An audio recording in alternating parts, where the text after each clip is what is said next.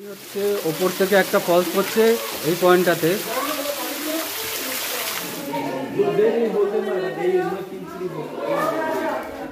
এই যে এখন আমরা যাচ্ছি 9 আর 10 নম্বর স্পটের দিকে। হেঁটে সবারই পায়ের অবস্থা খুবই খারাপ, এত আপ ডাউন করা হয়েছে। আমরা এখন শুধু স্টিং খাচ্ছি।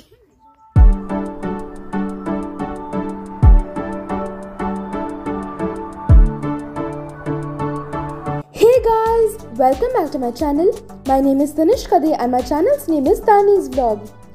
Assam and Meghalaya series এর এটা হলো 4th পার্ট। আগের ভিডিওতে শিলংয়ের লোকাল সাইটসিং এর ভিডিও আমি তোমাদের সাথে শেয়ার করেছিলাম, আর এই পার্টে থাকবে শিলং থেকে চেরাপুঞ্জির জার্নি, আর যাওয়ার পথে আমরা Dympep valley view point, garden of caves, Wakaba falls আর আররা কেভস দেখেছিলাম তার গল্প। So are you guys ready to watch my new video? So come let's get started. তো আমরা এখন এসেছি ডন বস্কো মিউজিয়ামে, কিন্তু ডন বস্কো মিউজিয়ামটা আজকে ক্লোজ। আজকে 1 জানুয়ারি, 22শে ডিসেম্বর থেকে 1 জানুয়ারি মিউজিয়াম ক্লোজ থাকবে। ওই জন্য আজকে আর দেখা হবে না, হয়তো এবারে আর দেখাও হবে না। আর ওই হচ্ছে স্কাইওয়াক, যেটা নতুন তৈরি হয়েছে। তো পরের বার কখনো আসলে এখানে দেখা যাক। এখন আমরা আছি শিলং চেরাপুঞ্জি রোডে। আমরা ফার্স্টে যাব মাউকটক ডিম্পিপ ভ্যালি ভিউ পয়েন্টে।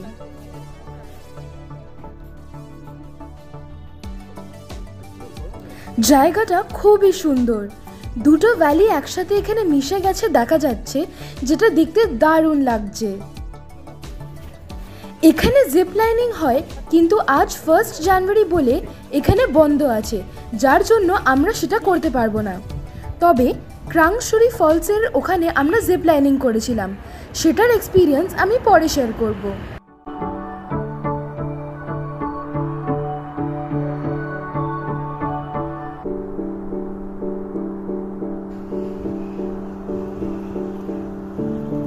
এটা হচ্ছে স্কাই ভিউ পয়েন্ট। এখান থেকে চারপাশের ভিউ খুবই ভালো। এখানে কিছুক্ষণ থেকে আমরা যাব গার্ডেন অফ কেভস দেখতে।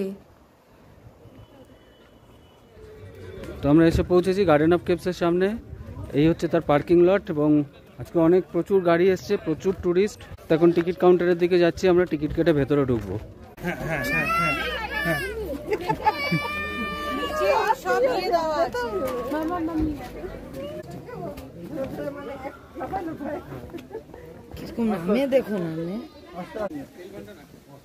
তো আমরা এখন গার্ডেন অফ কেভসের ভেতরে এসছি, আর এই হচ্ছে 1 নম্বর স্পট। এখানে স্পট বিভিন্ন দিকে কোথায় যেতে হবে সেটা এখানে অ্যারো দিয়ে বোঝানো আছে। এই হচ্ছে স্পট নম্বর 1। এখানে বর্ষাকালে আসলে জল থাকে, কিন্তু এখন তো জল নেই খুব একটা।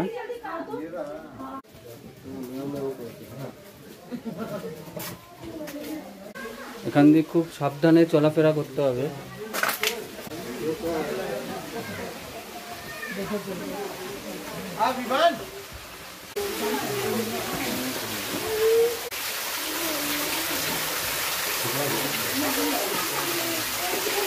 তো এই হচ্ছে ওপর থেকে একটা ফলস পড়ছে এই পয়েন্টটাতে। জায়গাটা খুবই স্লিপারি, একটু দেখে আসতে হবে সবাইকেই। তো এখন আমরা যাচ্ছি আরেকটা পয়েন্টের দিকে, কিন্তু এখানে কোনো অ্যারো দেখতে পাচ্ছি না, বুঝতে পারছি না কোন দিকে যেতে হবে। তো এখানে একজন গাইড ছিলেন, উনি আমাদেরকে বলে দিলেন কোন দিকে যেতে হবে। তো এটা হচ্ছে স্পট নাম্বার 3। এখানেও একটা ফলসই আছে।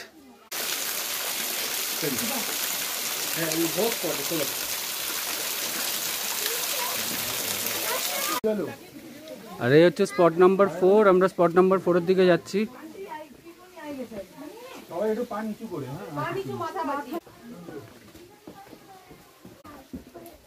সব নামছে, ভেতরটা অন্ধকার। এখানে জল পুরো পা চুইয়ে চুইয়ে পড়ছে, একটু মাথা বাঁচিয়ে চলতে হবে এখানটাতে।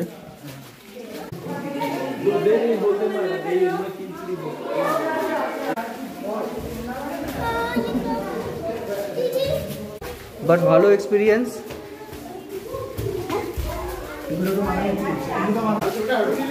অনেক উঁচু নিচু রয়েছে, এখানে একটা ব্যালেন্সিং এর একটু সমস্যা হতে পারে।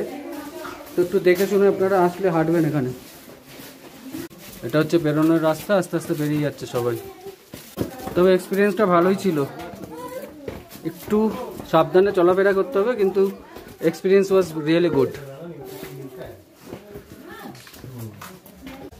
এই হচ্ছে স্পট নাম্বার 5। বেসিক্যালি এটাও মনে হয় একটা ফলসই, কিন্তু জল এখন নেই, একদমই পুরোটাই শুকিয়ে গেছে।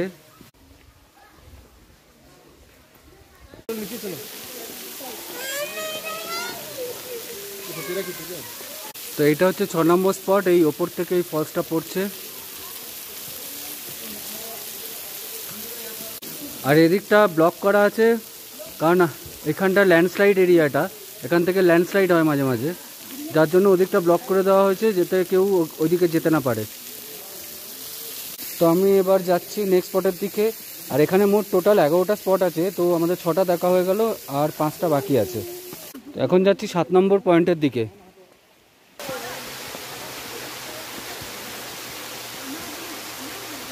আরে এই শেপটা দেখো, লাইক দ্যাট অনলি।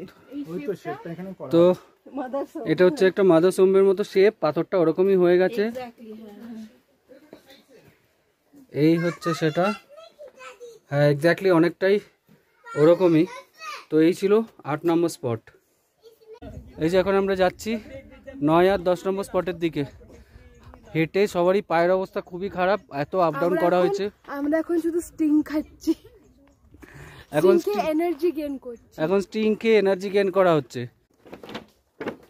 তো এইখানে একটা বাঁশের সাঁকো মতো করা আছে, সেটা দিয়েই আমরা নামছি।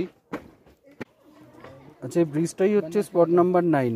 এই যে ব্রিজটা করা আছে, আর ওদিকে হচ্ছে নাম্বার 10 স্পট, যেখানে মেডিসিন ওয়াটার যেটা সেইটা ওখানে রয়েছে। এই হচ্ছে স্পট নাম্বার 9। তো এই হচ্ছে স্পট নাম্বার 10। এটা হচ্ছে একে বলা হয় দাওয়াই। এটা সবাই বিশ্বাস করে যে এইটা খেলে বিভিন্ন ধরনের অসুখ বিসুখ কমে যায়। তো অনেকেই আছে যারা এখানে এসে এই জল বোতলে করে বা ক্যানে করে নিয়ে যান। তো এই হচ্ছে লাস্ট স্পট, স্পট নাম্বার 11।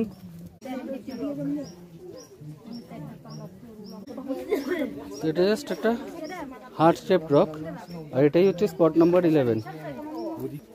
আর এই যে আরেকজন টায়ার্ড হয়ে বসে রয়েছে। আপনার এক্সপিরিয়েন্স?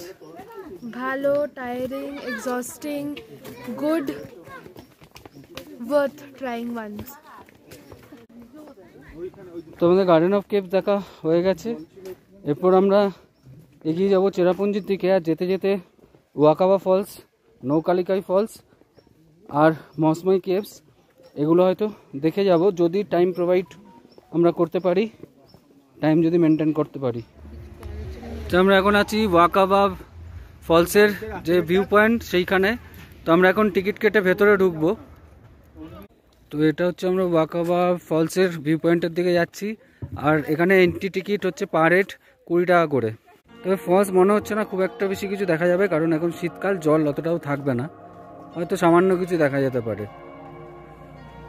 তো জল প্রায় নেই, খালি একটা জায়গা দিয়ে একটু পড়ছে।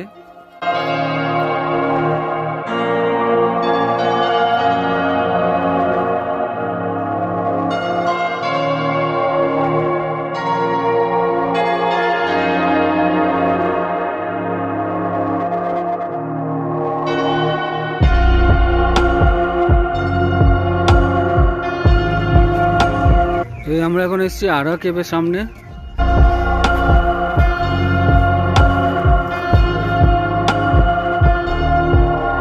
আমরা যাচ্ছি আরা কেভসের দিকে। এখানে টিকিট পড়লো অ্যাডাল্টস হচ্ছে 50 রুপিস আর চিলড্রেন হলে 10 টাকা করে।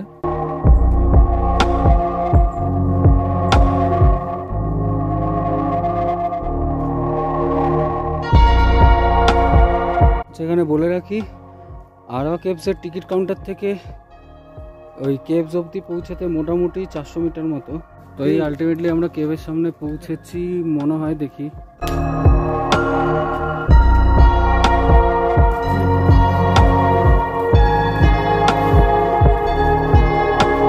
এই হচ্ছে কেভের এন্ট্রি পয়েন্ট। কেভটা খুবই স্লিপারি, সিঁড়িগুলো ভীষণ স্লিপ হয়ে রয়েছে, আস্তে আস্তে নামতে হচ্ছে আর ওপর থেকে জল পড়ছে।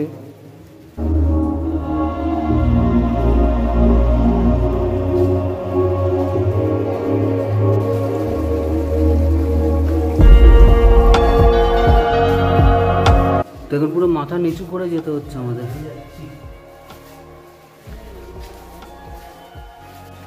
লেন্থটা অনেকটাই এই কেভের, আমরা বেশ অনেকটাই ভেতরে চলে এসেছি। আর কিছু কিছু জায়গা যেগুলো বাদিক ডান দিকে আছে সেগুলো ক্লোজ করা আছে, ওগুলো কাউকে এন্টার করতে দেওয়া হয় না।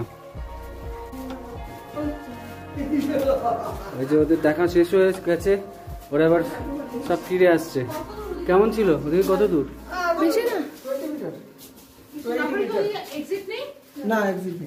তো এই হচ্ছে এখানকার আরোয়া কেভসের এন্ড পয়েন্ট, এর বেশি আর যাওয়া যাবে না।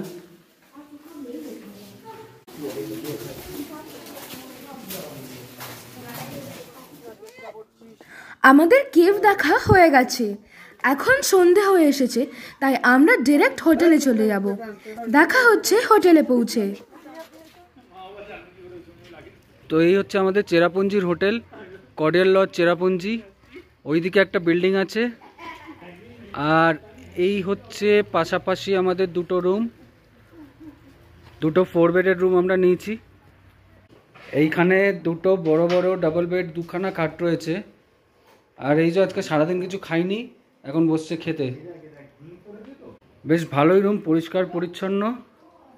আচ্ছা, এই রুম থেকে বেরিয়ে এই হচ্ছে সুইমিং পুলও আছে, কিন্তু শীতকালে তো সুইমিং পুল এখন আমরা ইউজ করার কোনো ব্যাপার নেই। আর এই হচ্ছে একখানা ব্রিজ মতো রয়েছে এখানে, যেটা দিয়ে আমাদেরকে ওই পারে যেতে হবে। আজকে সবাই খুব টায়ার্ড হয়ে গেছি, তাই তাড়াতাড়ি আমরা ডিনার করে নিয়েছি।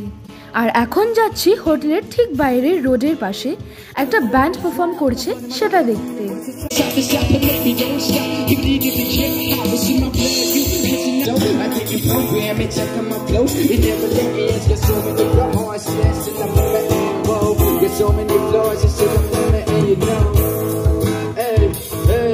শিলংয়ের ইউথদের রক ব্যান্ডের কথা অনেক শুনেছিলাম, আজকে ফার্স্ট টাইম দেখলাম, যেটার এক্সপিরিয়েন্স এক কথায় অসাধারণ।